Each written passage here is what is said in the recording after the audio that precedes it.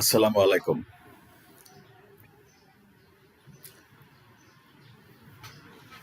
আমার পাশের জানালায় অনেক চড়ুই আনাগোনা করে, দেখতে খুব মজা লাগে, ভালোই লাগে। যাই হোক, আবার পিছনে দেখেন কতগুলো তিমি মাছ। আমি একসময় মাছ বলতাম তো, এখানে মাছ হাঁস এই বেডরুমের ভিতরে, ওই সময় ওইটাকে আমি লাগাইছিলাম টয়লেটে যে দরজা আছে, প্লাস্টিকের দরজা, তাতে। যাই হোক, অপ্রাসঙ্গিক কথা।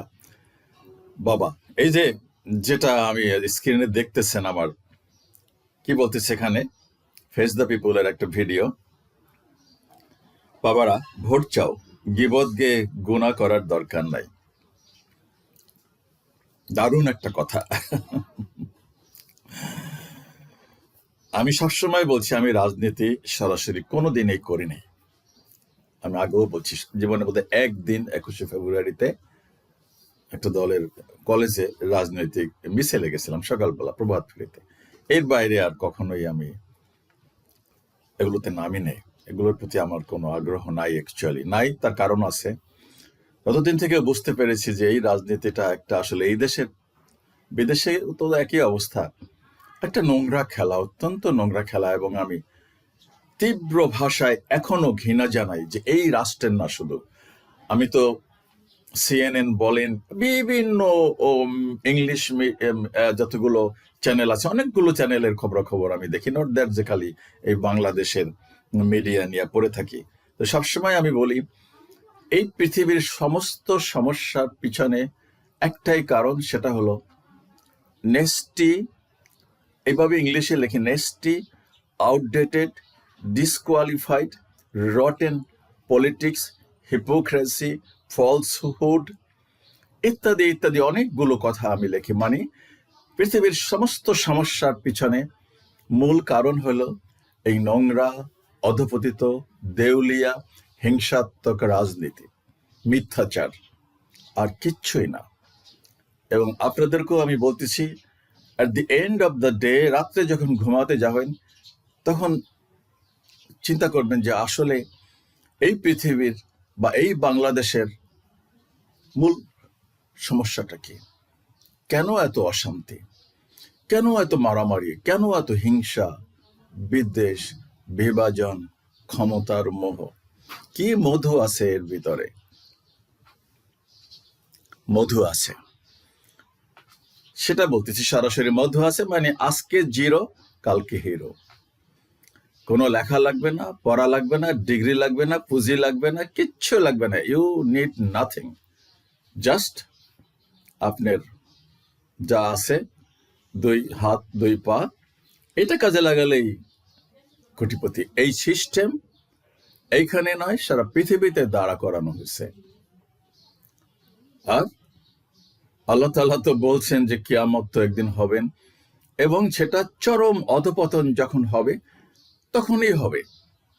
হুজুররা ওয়াজ করে, আমিও বলতেছি যে কিয়ামত হবে, ধ্বংস হবে। চোখের সামনে তো দেখতেছি কত মাস্তান, কত পালোয়ান, কত হেডামলা মানুষকে দেখলাম একেবারে ভস্কাই গেছে, নিশ্চিহ্ন, কুত্তায়ও স্মরণ করে না। ঠিক আছে? সো আমি আমার প্রিয় প্রজন্মকে বলতেছি, কেন এই কথা, এই ভিডিওটা করতে আসলাম, বাবারা ভোট চাও, গিবত গিয়ে গুনাহ করার দরকার নাই। তার মানে গুনাহ বা সওয়াব বা পরকাল, ইহকালে তো এনারা বিশ্বাস করেন, সামান্য হলো এই কথাই মনে হয় আর কি। গুনাহ করো না, এটা খুব ভালো একটা কথা, মুরব্বী সুলভ কথা।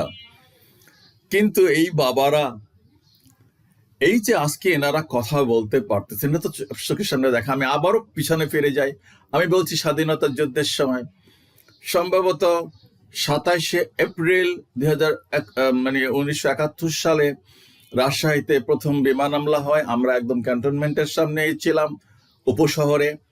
আমাকে ধরেও নিয়ে গেছিল, আমি তো বলছি, সেখান থেকে আমাদের বাড়িওয়ালা আমাদেরকে দয়া পরবশয়া বসপাড়ায় নিয়ে আসেন। এবং 27শে এপ্রিলে যেদিন বিমান হামলা হয়, তার পরের দিন সম্ভবত ঢাকা থেকে মিলিটারি রাজশাহীতে যায় সন্ধ্যা নাগাদ। সে সময় সিদ্ধান্ত হয় যে আমরা বসপাড়া থাকা আমাদের জন্য নিরাপদ নয়, আমরা ওখান থেকে সোজা পার হয়ে পদ্মা পার হয়ে কাতলাবাড়ি দিয়ে ইন্ডিয়ায় চলে যাই। আমি এখানে 4-5 মাস ছিলাম ইন্ডিয়াতে, ভারতে। আবার সেই যুদ্ধের ভিতরেই জীবনের রিস্ক নিয়ে কিভাবে আমি বরিশালে পৌঁছেছি, রাজশাহী এসে আবার ঢাকা হয়ে বরিশাল যাচ্ছি, সেই বিষয়ে বর্ণনা যদি সময় সুযোগ হয় আরেক সময় দেব। তবে বেঁচে আছি, এটাই শুক্রিয়া। তো আবার 16 ডিসেম্বর স্বাধীন হলে 17 ডিসেম্বর আমি খুলনা যাই। খুলনাতে যে ওই যে এতে যে যুদ্ধটা হয় ওটাকে বলে ফুলতলা, সেখানে যাই। সেখানে একটা বিভৎস ভয়ঙ্কর অবস্থা দেখি। আমি ট্যাঙ্কের ভিতরে ছিলাম, বয়স তো তখন কম। আমার সাথে আমার ফ্রেন্ডলি বড় ভাই দিলু ভাই ছিল। কত গোলা বারুদ, কত অস্ত্র শস্ত্র, টাকা পয়সা, চিঠি চোখের সামনে দেখছি। বলতেছি জন্য যে আমি তো চোখের সামনে দেখছি আসলে কি হয়েছে না হয়েছে। তো অত পিছনে না গিয়ে এই যে রিসেন্ট যে ঘটনাটা ঘটলো, এই যে জুলাই অভ্যুত্থান, এটার 100-র মধ্যে 100 ভাগ ক্রেডিট হলো এই নতুন প্রজন্মের এই ছেলেগুলোকে। এই যেনারা এত সুন্দর সুন্দর কথা বলতেছেন, এনারা কিন্তু ওই যে নেত্রীর বাড়ির সামনে থেকে একটা ট্রাক, বালুর ট্রাক কেউ সরাতে পারেন নাই, রাস্তায় নেমে কোনো প্রতিবাদ করতে পারেন নাই। দুর্ভাগ্য হলো এখন ওনারা অনেক নীতি কথা বলেন, বড় বড় ওয়াজ করেন, ভালো কথা, আমি সাধুবাদ জানাই। কিন্তু এই ছেলেগুলোর এই তো ক্রেডিট, 100% ক্রেডিট, যে এই আজকে কথা বলার, ওনাদের যে কথা বলার অধিকার, ওনার যে ভোটাধিকার, ওনাদের রাস্তায় বের হতে পারতেছেন, সেটা এই নতুন প্রজন্মের, 100% ক্রেডিট নতুন প্রজন্মের। সো ওনারা যদি চাইতেন যে এখানে কোনো হিংসা বিবাদ, আরো একটা কথা বলি, ওনাদের যে দলের প্রতিষ্ঠাতা, আমি 2-3 বার তার সাথে হ্যান্ডশেক করেছি, যেভাবেই হোক, সামনাসামনি কথা হয়েছে, হ্যান্ডশেক করেছি, দেখেছি কাছ থেকে, ভালো মানুষ ছিলেন। ওনার জানাজায় গেছি, আমার সাথে বহু বিদেশে গেছে, কথাও আমি বলছি। সো বুঝতেই তো পারেন যে একটা যার সাথে দেখা হয়েছে, কথা হয়েছে, তার প্রতি তো একটা আলাদা টান থাকে, একটা একটা একটা ফিলিংস থাকে। তো সেটা আছে, আমার সবার প্রতি ফিলিংস আছে, কিন্তু ঘটনাটা হলো যে বাস্তবতা আর ফিলিংস তো ভিন্ন জিনিস। এটা তো অস্বীকার করার কোনো উপায় নাই। সব কথা আমি বলতে চাই না, বলতে গেলে খারাপ শোনাবে। তবে এইটুকুই শুধু বলি যে একটা স্বাধীন দেশ আমি দেখছি। আমি হিন্দুস্তানে বড় হয়েছি, চতুষ্পাশে আমার হিন্দু, আমার অনেক হিন্দু ক্লাসমেট। তারপরে যুদ্ধের সময় কেউ ইন্ডিয়াতে বহুবার গেছি। ওনারা কেন এই এই বাংলাদেশকে স্বাধীন করে দিচ্ছেন? ওনারাই স্বাধীন করে দিচ্ছেন। কারণ মুক্তিযুদ্ধ আমি যদি প্রশ্ন করি যে 71-এর চেতনাটা কি, কেউ উত্তর দেয় না, একটা লোক উত্তর দিল না। আমি অনেকবার এই প্রশ্নটা করলাম যে চেতনাটা কি, কি যুদ্ধটা হয়েছিল, 16 ডিসেম্বর কি হয়েছিল, কোথায় ছিল আমাদের সেনাপতি? তো এইগুলো, তারপরে যে সমস্ত বই পুস্তক বাজারে আসছে, বিভিন্ন মুক্তিযোদ্ধা, মেজর জলিলের কি হয়েছিল, আরো আরো অনেক যেসব বই, ওই যে তাজউদ্দিনের মেয়ে লেখছেন বই। সো এগুলো তো দিস আর অল তাদের নিজেদের সন্তান সন্ততিদের লেখা ইতিহাস ডকুমেন্ট, নাকি সেগুলোকে অস্বীকার করা যাবে? ওই যে রেন্টুর একটা লেখা বই ব্যান করছে বিভিন্ন সময়। তো আমি আমার উদ্দেশ্যটা কাউকে ব্যক্তিগতভাবে আক্রমণ করা না, বরং আমি বারবার বলতেছি, বাবা এই বিভাজন, রাজনীতি করেন কিন্তু এই বিভাজন কেন সৃষ্টি করেন? এখানে তো আমরা সবাই আত্মীয়, সবাই সবার আত্মীয়।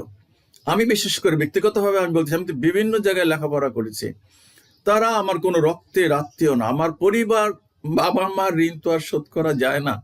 আমার পরিবার বা আমার গোষ্ঠী জ্ঞাতি বা আমার গ্রামের লোকেরা যা করে নাই, তার চেয়ে 1000 গুণ বেশি করছে আমার বিভিন্ন সময় অফিস কলিগ, তারপর ক্লাসমেট, পরিচিত বন্ধু বান্ধব, সিনিয়র জুনিয়র, সেগুলো অসাধারণ, অবিশ্বাস্য, অবিস্মরণীয়। সো এটা তো আমরা সবার জীবনে এরকম ঘটতে পারতো না। কেন আমাদের ভিতরে এই হিংসা? কেন আমরা এত নোংরা? ইসলাম তো এই হিংসা বিদ্বেষ শেখায় না। নবী তার চাচার কলিজা বের করে যে খাইছে মহিলাটা হিন্দা, তাকেও ক্ষমা করে দিয়েছেন, এবং তারা আবার সেই ক্ষমার প্রতিদানও দিচ্ছে। ইসলাম তো এই বিভাজন শেখায় না। নবীজি তো বলছে, তোমরা এই ইসলামকে একটা রশির মতন ধরে রাখবা, বিভাজিত হবে না। উনি তো সেই পরামর্শই দিয়ে গেছেন। ইসকে যারা বুজুর্গ অলিয়া উলিয়ার মতন ওয়াজ নসিহত করে, তাদের ভিতরে কি ইসলামের সামান্যতম কোনো ইয়ে আছে? আই মিন সিমটম বা সাইন, কথাবার্তায়, চালচলনে এই দেশের ইতিহাসে আছে? সবই তো মুসলমান। আবার তাহাজ্জুদ পড়ে তসবিহ হাতে থাকে, মাথায় পট্টিও থাকে। আবার ইলেকশন আসলে সবাই টুপি পাঞ্জাবি পরে, মাথায় টুপি লাগায়। সেইগুলো কি মুনাফিকি নয়? এইগুলা কি ঠিক? হ্যাঁ, আমার এই ভিডিও করার উদ্দেশ্য হলো আমার নতুন প্রজন্মকে অনুরোধ করব, বাবা যেখানেই থাকো, যাই করো, করবা তো পেটের জন্য। কত খাবা? এক বেলা খাইলে তো আর 5-6 ঘন্টায় ক্ষুধা লাগে না। একটা মানুষের সারা জীবন চলতে, একটা পরিবারের সারা জীবন চলতে কত টাকার প্রয়োজন হয়? আমার খুব হাসি পায় এই জন্য যে আরে শালা রাক্ষস, তুই তো খেতেই পারস না 1 প্লেট কাচ্চি বিরিয়ানি, তোর তো 10টা ট্যাবলেট খাওয়া লাগে, তো তুই এত খাও কেন? কার জন্য খাস? কে এটা দায় নিবে? চিন্তার বিষয়। আমাদের নবী, বলছি তো অনেকবারই বলছি, বারবার বলতেছি এটা মনে করায় দেওয়ার জন্য, কোন Mohammad tower, Fatema tower, Khadija tower বানাইতে হয়ে গেছে? ওনার বানানোর সক্ষমতা ছিল না? একটা এস্টেট, মুহাম্মদের এস্টেট বানাইতে যেতে পারতো না মদিনায়, মক্কায়, সৌদি আরবে? মৃত্যুর আগের দিন ওনার ঘরে কুপি জ্বালাবার মতন তেল ছিল না। তো কি শিখলাম আমরা কার উম্মত? কি শিখালেন উনি? এরা খাবে মানে পেটের বাইরেও খাবার চেষ্টা করে। যাই হোক, এটা ঠিক না। আমি কাউকে দেখি না যে আমি আর কোনো সম্পদ আয় করব না, আজ থেকে আমার যা সম্পদ আছে আমি সব বিলাই দেব মানুষকে। তোমরা সবাই আমার ভাই, আমি রাজনীতিই করব না। আসো, তোমরা আমার সবাই ভাই, তোমরা আমার সবাই নাতিপুতি, তোমরা আমার সবাই আত্মীয়। আমি ইস্তফা দিলাম, আমি রাজনীতি করব না। তোমরা সৎ রাজনীতি করো, দেশটাকে এক উন্নত দেশে পরিণত করো। আমার কি করতে হবে? Just you tell me, I will do everything for you. আছে কেউ? ভবিষ্যতে কেউ আসবে? বাট আমি আমার প্রজন্মকে বলতেছি, বাবা, আল্লাহ তাআলা যদি কখনোই সামর্থ্য দেয়, সৎভাবে, অবৈধভাবে লুটপাট করে নয়, চুরি করে নয়, এদেশেই থাকো, এদেশেই ইনভেস্ট করো, এদেশের মানুষের জন্যই সব বিলীন করে দিয়ে যাও। মানুষ মাথায় করে রাখবে, মানুষ তার শেষ রক্ত বিন্দু দিয়ে তোমাকে রক্ষার চেষ্টা করবে, তোমাকে হৃদয়ের সবটা দিয়ে ভালোবাসবে। এই হিংসার রাজনীতি, এই বিভাজনের রাজনীতি, লুটের রাজনীতি ভালো না, পরিণতি ভালো হয় না পৃথিবীতে কোথাও না। সো এই যে বাবারা, ভোট চাও, গিবত গে গুনাহ করার দরকার নাই। গুনাহ কি শুধু গিবত করলেই হয়? আর সবটাই কি গিবত? বাস্তবতা তো এটাই। এনারা তো কথাই বলতে পারতেন না। এই কথা বলার অধিকারটা এনে দিয়েছে এই নতুন প্রজন্ম, আমার যারা প্রিয় সবাই, সেটা ওই দলের হোক বা ওই দলের নাই হোক। ছোট্ট শিশু রাস্তায় নেমেছে, গুলিবিদ্ধ হয়েছে ছাদের ভিতরে মায়ের কোলে।